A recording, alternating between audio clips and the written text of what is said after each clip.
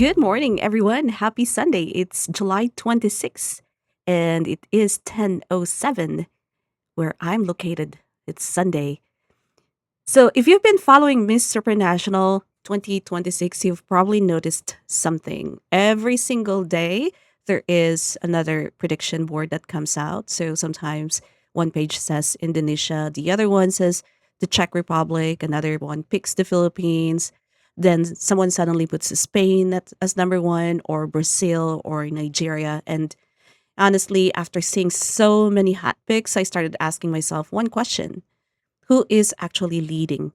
Not according to one page, not according to one influencer, but according to the pageant community as a whole. So, what I did is I actually went through about 30 hot picks. So, some were pre arrival predictions, others were first hot picks, second hot picks, third hot picks.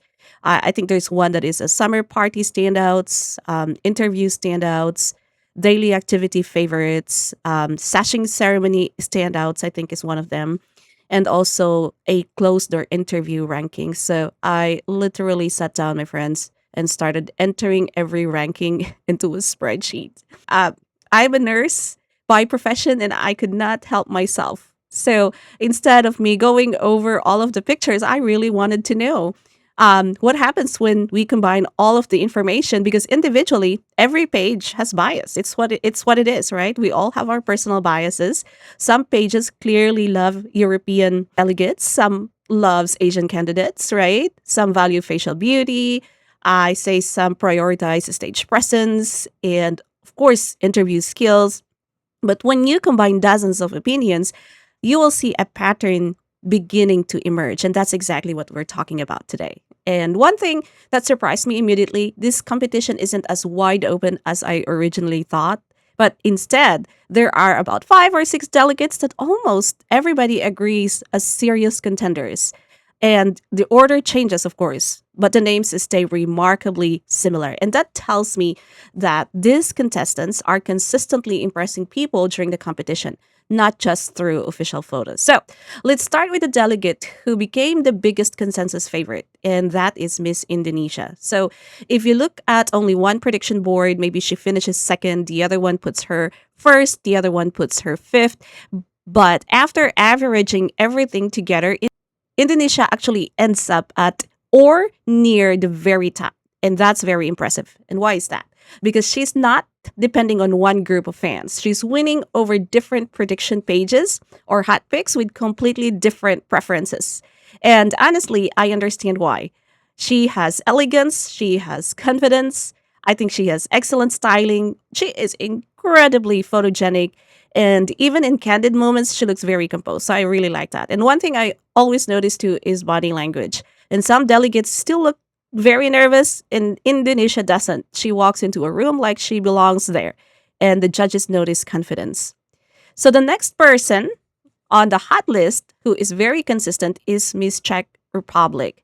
If Miss Indonesia represents momentum, the Czech Republic country represents consistency. And she might actually be the safest contestant in the competition, at least based on the 30 plus hot picks that I reviewed. Okay, she almost never disappears. Maybe she isn't number one on everybody's list, but she's almost everyone's top five.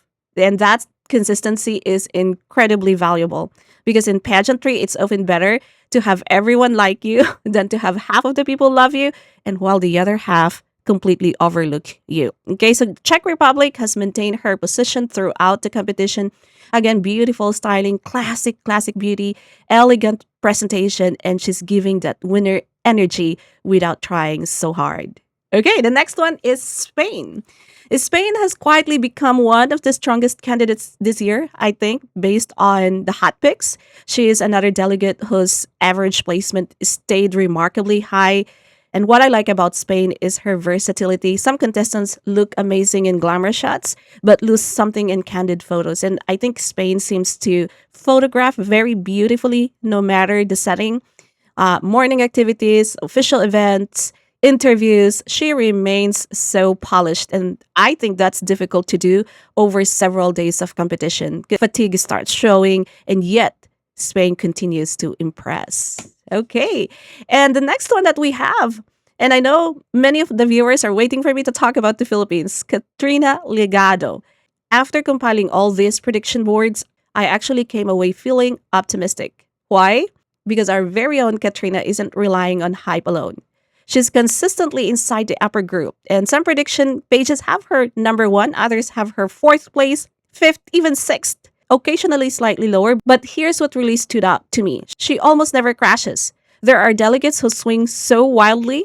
One page ranks them second, and the next page doesn't even include them. And KATRINA isn't like that. She's respected across different pageant communities. And to me, that is a positive sign. And personally, I've also liked how calm she remains throughout the competition. She's not forcing attention. She's simply showing up, doing the work, and letting people notice her naturally. And sometimes that's exactly what wins the crown. And Brazil is also another contestant whose stock continues rising. Earlier prediction boards had her comfortably inside the top 10. Now she's appearing inside many top fives, and that tells me she's gaining momentum as the competition progresses. And momentum, guys, is very dangerous. Okay, we've seen this happen before. A contestant starts quietly and then keeps improving, then suddenly picks exactly when preliminaries arrive. And Brazil feels like she's following that pattern. So she's someone to definitely take a look into. Okay, then comes Venezuela.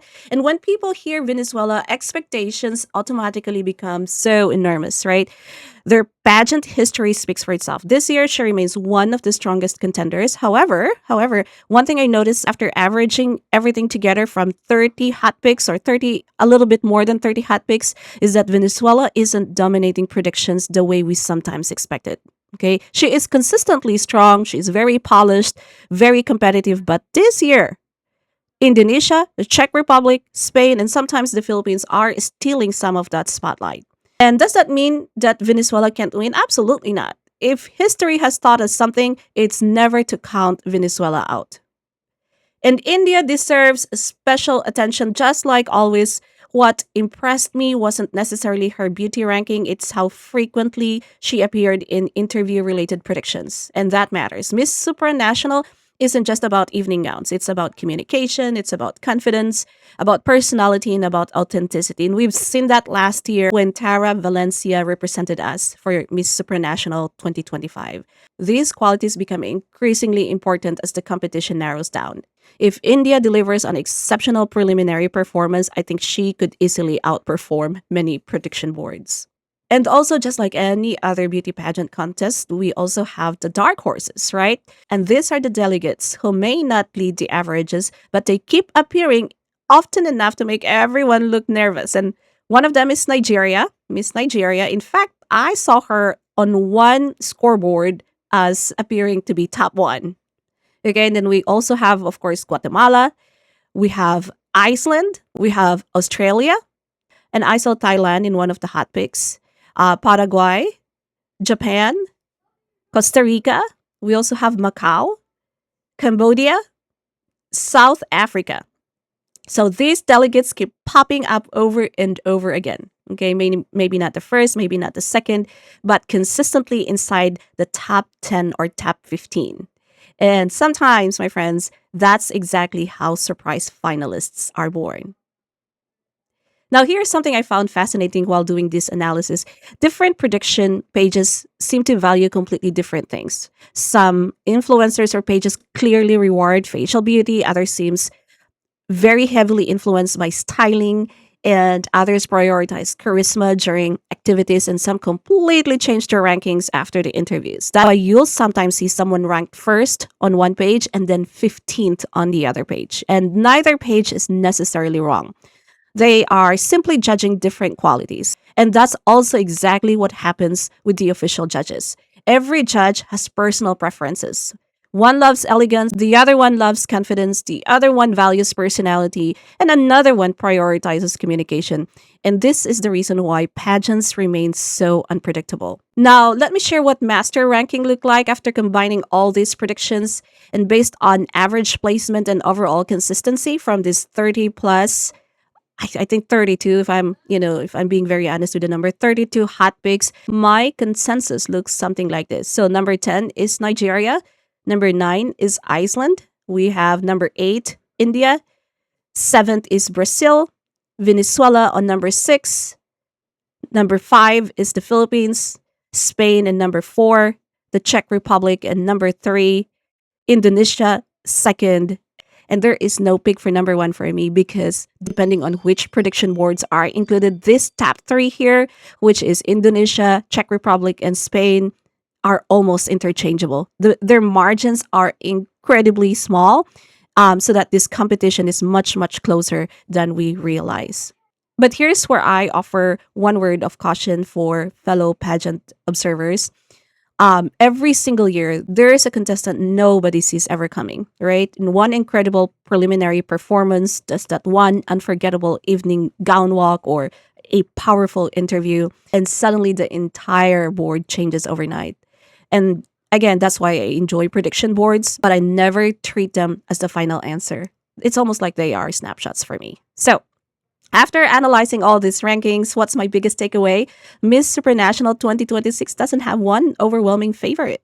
It looks like it. It has a small group of elite contenders who continue separating themselves from the rest of the field. So again, that is Indonesia, the Czech Republic, Spain, Philippines, Brazil, Venezuela, India. Those names keeps returning over and over again.